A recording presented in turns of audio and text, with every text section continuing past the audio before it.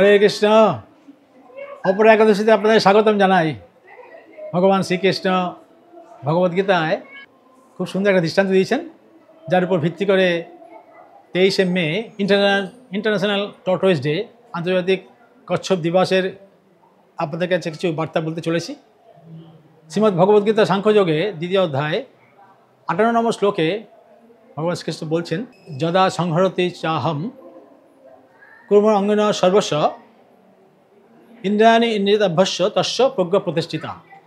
অর্থাৎ এই কচ্ছপ যখন কোনো বিপদের সম্মুখীন হয় তখন কী হয়, সে সমস্ত তার অঙ্গ প্রত্যঙ্গকে সংহরণ করে তার যে খোলসের মধ্যে। তদ্রূপ যিনি তার ইন্দ্রিয়কে এইভাবে সংরক্ষণ করতে পারেন তিনি হচ্ছেন প্রজ্ঞা ব্যক্তি।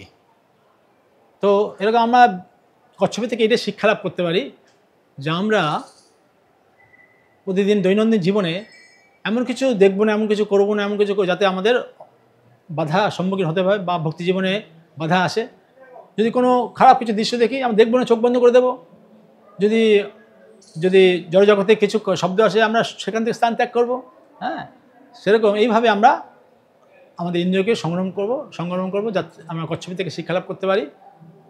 এবং পুরাণে আছে যে ভগবান বিষ্ণু যখন ক্ষীর সমুদ্রে শায়িত ছিলেন, লক্ষ্মীদেবী তার পদ সেবা করছিলেন, তখন কচ্ছপের পরিবার ভগবানের চরণে স্পর্শ দিয়ে আসছিল আর লক্ষ্মীদেবী খালি দূরে সরিয়ে দিচ্ছিলেন।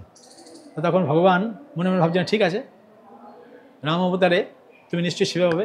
তারপর সবাই জানেন রামায়ণে রামচন্দ্র যখন বনবাসে ছিলেন তখন নদী পার হওয়ার জন্য একজন কেবট অর্থাৎ একজন নাবিকের সেবা নিয়েছিলেন।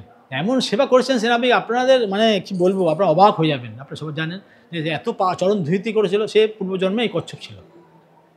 এইভাবে আমরা কচ্ছপের যে খোলসটা এত স্ট্রং, আমাদের ভক্তি জীবনে আমাদেরকে এরকম স্ট্রং হতে হবে যাতে কোনো বাধা বিপত্তি এলে আমরা তার থেকে দূরীভূত করতে পারি। আজকে সেই আন্তর্জাতিক কচ্ছপ দিবস টর্টয়েস ডেতে এই বার্তা আমাদের মায়াপুরে বিভিন্ন পুষ্করণী আছে, প্রভুপাদ পুষ্করণীতে আমরা রেখেছি।